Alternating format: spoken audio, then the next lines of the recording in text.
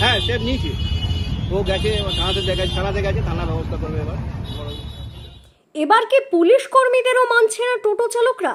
এখন এমনই প্রশ্ন উঠতে শুরু করেছে বীরভূমের সিউড়ির বুকে, কারণ মঙ্গলবার সিউড়ি থানার এক পুলিশ কর্মী অমিয় রায়কে ঘুষি মারার পাশাপাশি তার জামা ছিঁড়ে দিলেন এক টোটো চালক। ঘটনাটি ঘটেছে সিউড়ির জেলখানা মোড়ের কাছে। এমন ঘটনা সম্পর্কে সিউড়ি থানার ওই পুলিশ কর্মী দাবি করেছেন তিনি ওই টোটো চালককে কেবলমাত্র সরতে বলেছিলেন, আর এরপরই ওই টোটো চালক তার উপর চড়াও হন এবং মারধর করেন।